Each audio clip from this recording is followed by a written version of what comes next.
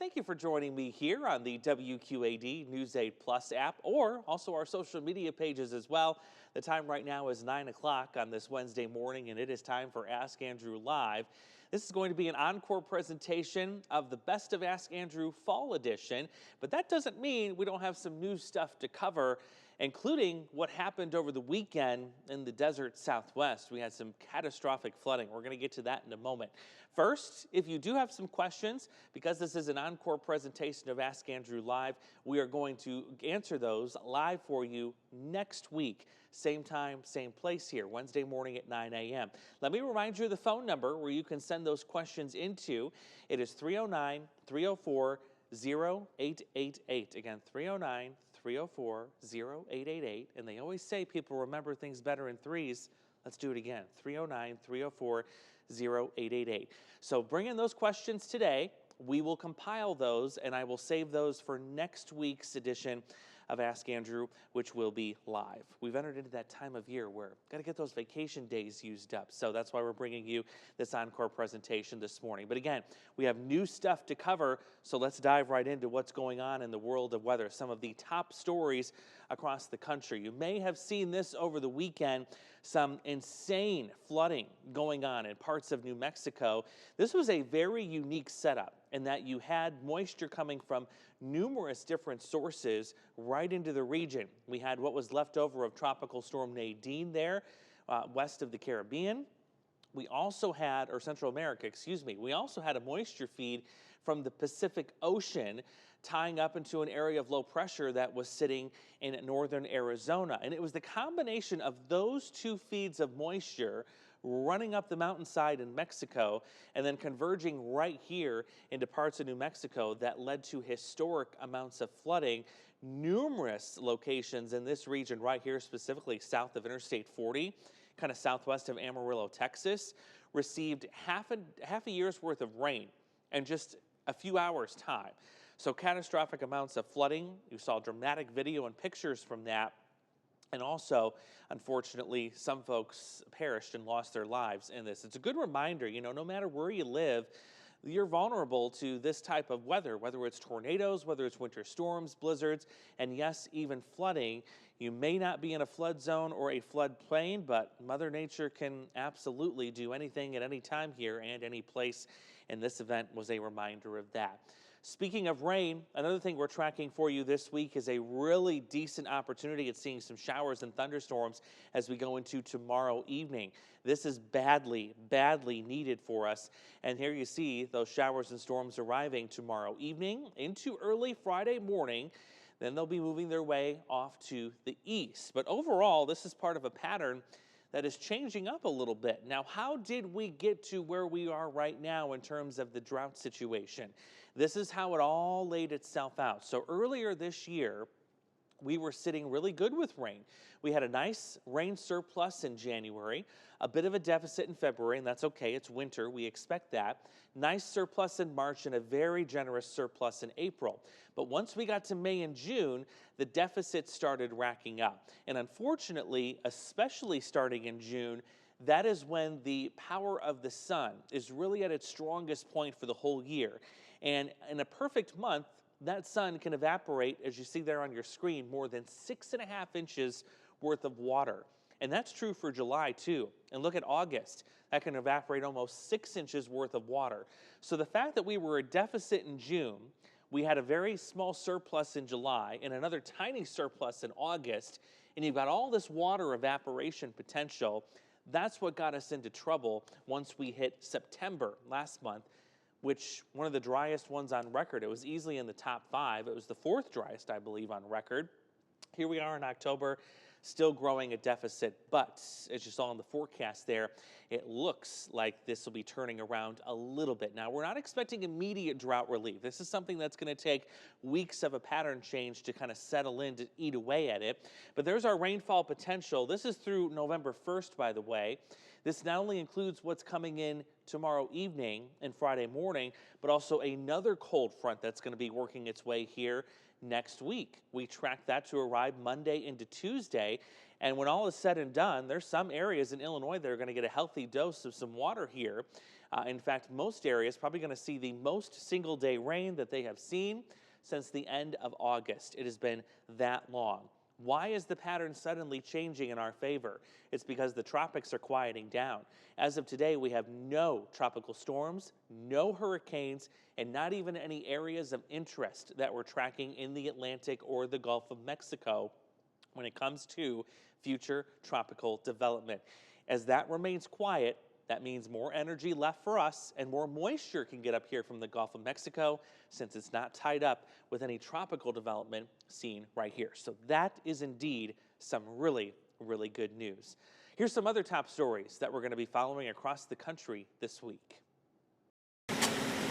Farmers in the Northeast are setting up sprinklers in late October, fighting unusually dry conditions and record heat. 77% of the mainland U.S. is abnormally dry, and nearly half, or 45%, is officially in a drought. These 4 cities are among those seeing their driest autumn so far on record. Minneapolis has had less than an inch of rain.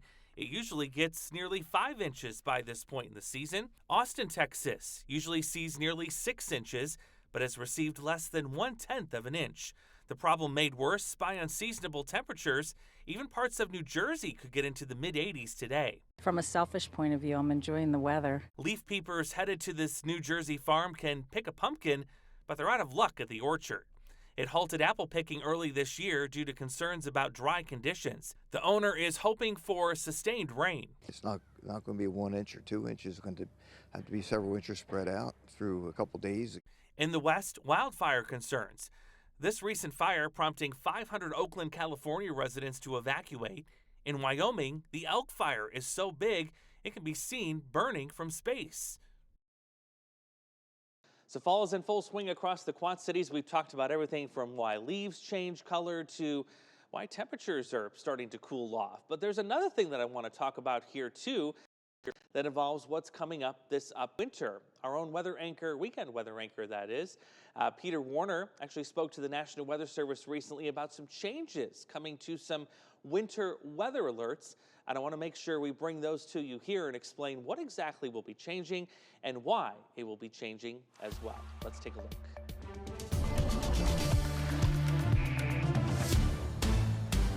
Can you describe the hazard simplification project? What are the goals of it, and how it will help the public understanding of all these warnings that you guys put out? Sure. Well, essentially, the changes here coming up at the first of the month are to our cold season products. So I'm sure many folks are familiar with our wind chill watches, warnings, and advisories. These are going to be replaced by an extreme cold watch or warning and a cold weather advisory.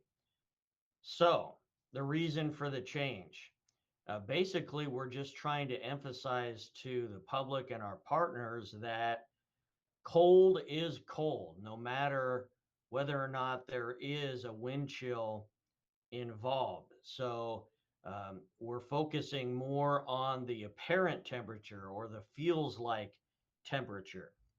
Now, that doesn't mean the wind chill won't be an important factor, but let's look at a couple of examples. Let's say you have a cold Canadian high pressure center right over the area. The air temperature is 30 below zero, but the wind is completely calm. Well, that is still that would warrant an extreme cold warning because the temperature is minus 30. There's no wind chill in there, but it's still extremely cold and dangerous. Now, let's say your temperature is around zero, but you have a wind around 30 miles an hour, and the wind chill and the resulting apparent temperature is also 30 below. That again is a potentially dangerous situation. So we're treating those similarly, whether or not you have strong winds or not, because extreme cold again is dangerous whether or not you have strong winds, or a case where you have relatively calm winds. Now, the basic criteria um, for the extreme cold watch and warning and the cold weather advisory uh, haven't really changed a lot over most of your viewing area. The criteria there for the cold weather advisory would be um, minus would be minus 20 to 29 Fahrenheit for the apparent temperature, and minus 30 Fahrenheit or colder for the extreme cold warning. Yeah. So those numbers still haven't changed Yeah. from the previous products.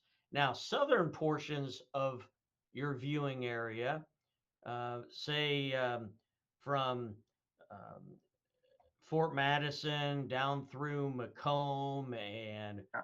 Monmouth and Aledo and Galesburg, those areas, the criteria is 5 degrees warmer, actually. So the Yeah. advisory range is minus 15 to minus 24, and the warning is minus 25 or colder.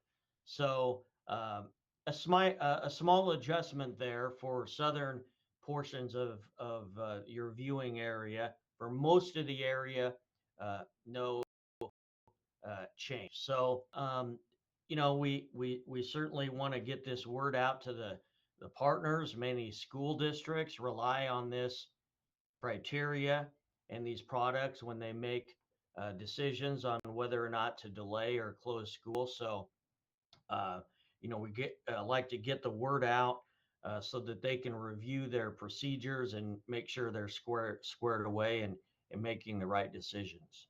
Big thank you to, again, weather anchor Peter Warner for getting with the National Weather Service. There are some important changes, and honestly, it seems like the more consolidation, the better. You'd be amazed if you saw how many products the National Weather Service was capable of issuing in their arsenal.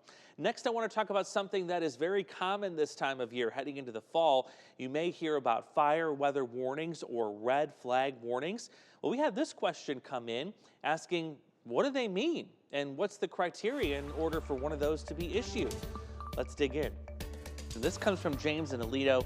What is a red flag watch / warning? So let's get right into this. We don't see it too often. It's mainly during, yes, this time of year and the fall. However, this can also come about if we've got a severe drought going in the summer. So what this means is if you've got a watch, these kind of conditions will be coming up in the next day or two.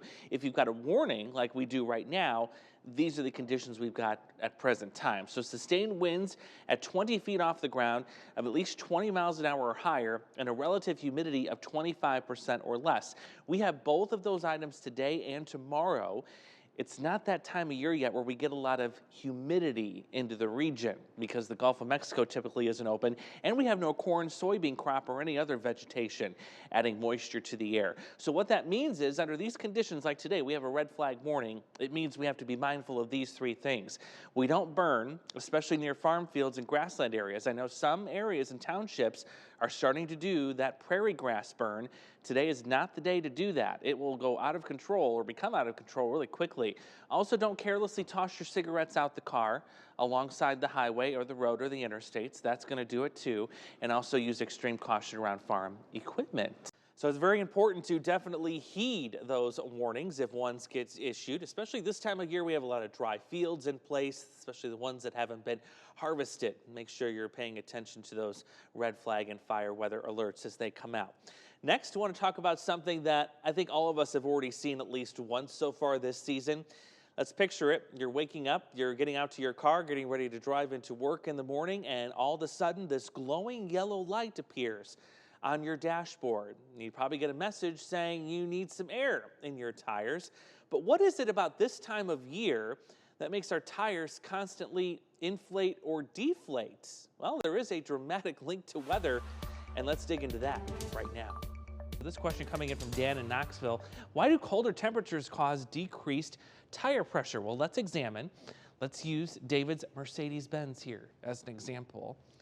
Right? I know, he didn't know. Warm temperatures, actually, with those air molecules, they occupy more space when you've got warmer weather outside. But when it gets cold, especially in the mornings like we've had recently, those air molecules, they shrink in size. They don't take up nearly as much space compared to when it's warm, and that means less pressure in your tires. In fact, for every 10-degree drop in temperature, your tires can lose 1 pound per square inch of pressure. And the way you want to find out how much PSI you should have in your tires or how much pressure you should have, open up your driver's side door. That's usually where it's at. And you're going to see a sticker right on the frame that'll tell you how much air pressure you need in your tires.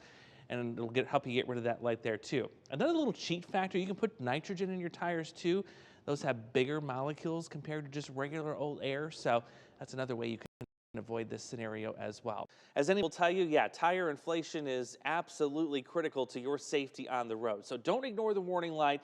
Make sure and pull over to either the nearest gas station, convenience store, or if you have a handy self-charger that you can use, or self-inflator, I should say, make sure you have one of those as well. Very, very safety conscious there.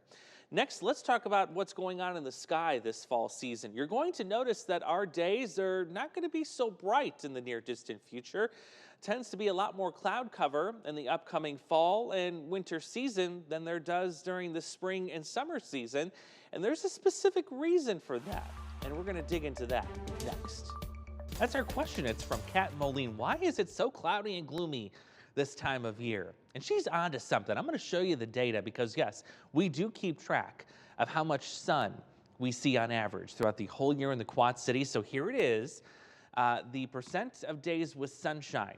January all the way through December, and where do you see the lowest percentage on this graph? Wouldn't you know it? It's in the last 2 months. It's right here in November and December. Now, by the time we get to January and then February, things start to tick up a little bit more, but there's a specific reason why this time of year features so much more in the way of cloud cover. So let's start with what the atmosphere looks like during the summer. It's warmer here near the ground, and then as you go up higher with height, it gets colder. However, in the winter, this process reverses. So the summer, we get these nice little cute puffy clouds during the day. They don't cover up the sky completely. But when we flip that temperature profile in the other direction during the winter, where it's colder here on the ground and then it gets warmer as you go up, that promotes clouds to develop. And it's not just puffy little cute clouds. It's those thick stratus clouds that just really make for a dark and gloomy day. And that's why we see so many more of those this time of year heading into the winter.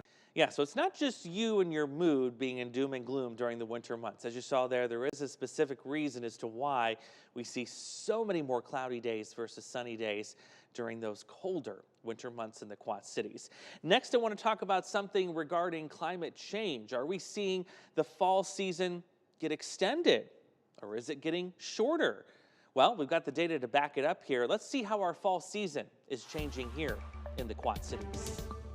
And kind of a good question, too, that relates to that. Is this season getting longer here in the Quad Cities? Is it kind of overwhelming its day, if you will? That's coming in from Jerry from Princeton, Iowa. So let's take a look at the data. Our friends at Climate Central, they've broken this down through at least 1970, but I'm going to take you back even further coming up in a minute. But just this time frame alone, from 1970 up till last year, on average, fall is extending itself as a season about 8 days when you look at the mean temperature. So almost a week extra in terms of the fall season. What about even further back? Let me take you back to 1874 through last year, because 1874 is when we started taking temperature measurements here in the Quad Cities as an official record.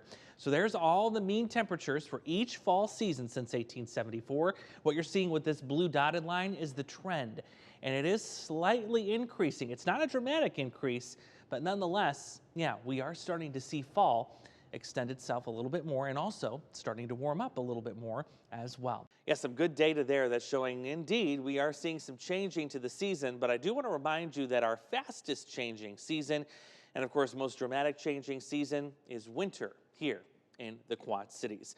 Lastly, let's move on to another good question. What are the requirements for a second summer, formerly referred to as Indian summer? Is it after the first freeze? Is it after the first frost? And are we seeing more of these in the Quad Cities? Let's break down the data.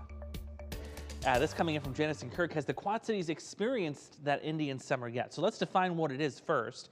And that's a period of abnormally warm weather that occurs in mid to late autumn after the first frost of the season. But the reason we don't use it anymore is because the use of this term Indian summer is discouraged.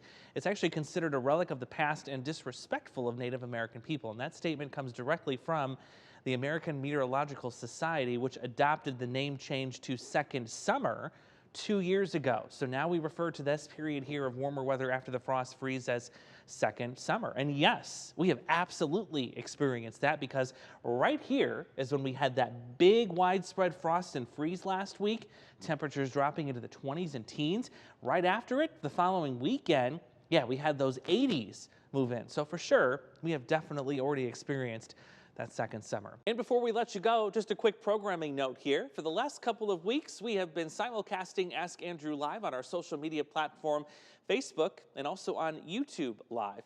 In a few weeks from now, this will become a WQAD News 8 Plus app exclusive. So if you have a smart TV, especially if it involves an Amazon Fire TV or an Amazon Fire Stick attachment, a Roku TV, Roku Stick attachment, or an Apple TV, you'll have exclusive access to Ask Andrew Live, and it will be your spot where I'll answer your questions live every Wednesday morning at 9 a.m. Now, if you're not familiar with how to install or download the WQAD News 8 Plus app onto your smart TV, no worries. Shelby Kluver is paying us a visit this morning. She's going to walk us through the installation on an Amazon Fire TV stick, and it's a lot easier than you think. Hi, I'm Shelby Kluver. I'm going to help you download the free WQAD 8 Plus app on your Fire TV or Fire Stick. We are using the current third generation version with voice control on the remote. Some earlier remotes might not have this feature, but using either remote, this process is simple. The fastest and easiest way to get the free WQAD 8 Plus app is to use the Fire Stick's voice command feature. Simply press and hold the voice button at the top of your remote and clearly say WQAD app, then release the button. Here's what I found. Now click on the app. Once it displays the download page, simply click again to download it onto your device. You might need to put in your password. After it downloads, you'll be able to access the 8 Plus app from the Apps section in the main menu. To do this, hold the Home button and select Apps to see all your streaming apps. The 8 Plus app has been added to the end of the library, but you can move it to where it's easier to access. In the Apps window, select the 8 Plus app, then press the menu button and select Move to Front.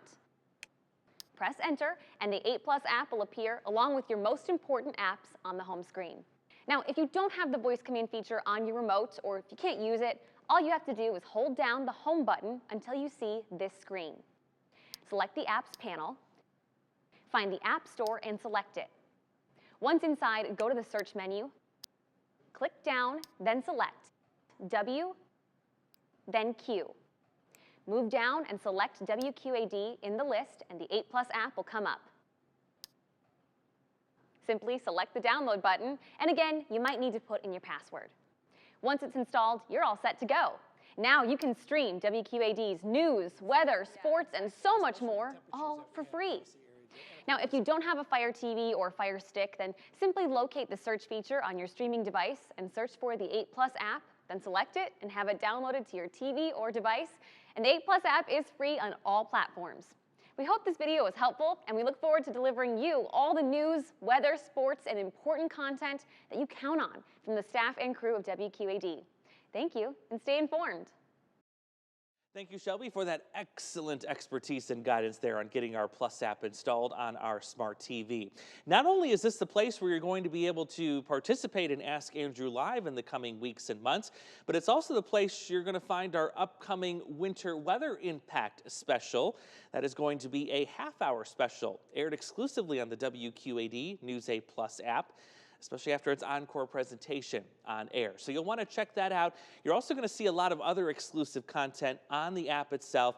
It's our version or our way to do extended coverage that we normally wouldn't have time or a slot available for on television. Not only are we going to have extended coverage of winter storm coverage, but we're also, next severe weather season, going to be utilizing the Plus app a lot more when it comes to tracking storms. So if you don't have the app, you can always scroll back, rewatch Shelby's video.